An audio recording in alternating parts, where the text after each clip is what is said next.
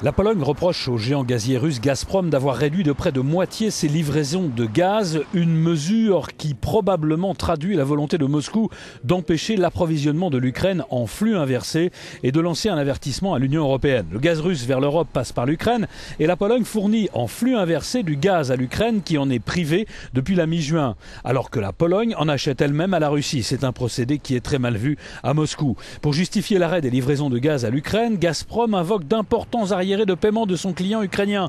Mais la question s'inscrit bien sûr dans le conflit armé entre Kiev et les séparatistes ukrainiens soutenus par la Russie.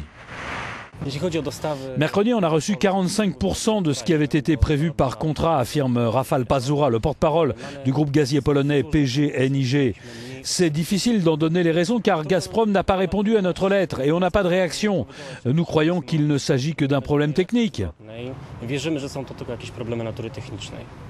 Parallèlement, la Commission européenne a invité les ministres russes et ukrainiens de l'énergie à une nouvelle discussion sur les livraisons de gaz russe à l'Ukraine. Écoutez la porte-parole de la Commission européenne, Marlene Holzner.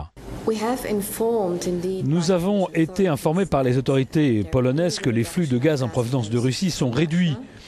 Dans les discussions que nous menons sur le conflit gazier entre la Russie et l'Ukraine, nous avons proposé une date pour une réunion trilatérale entre la partie russe, la partie ukrainienne et nous. Ce sera le 20 septembre à Berlin.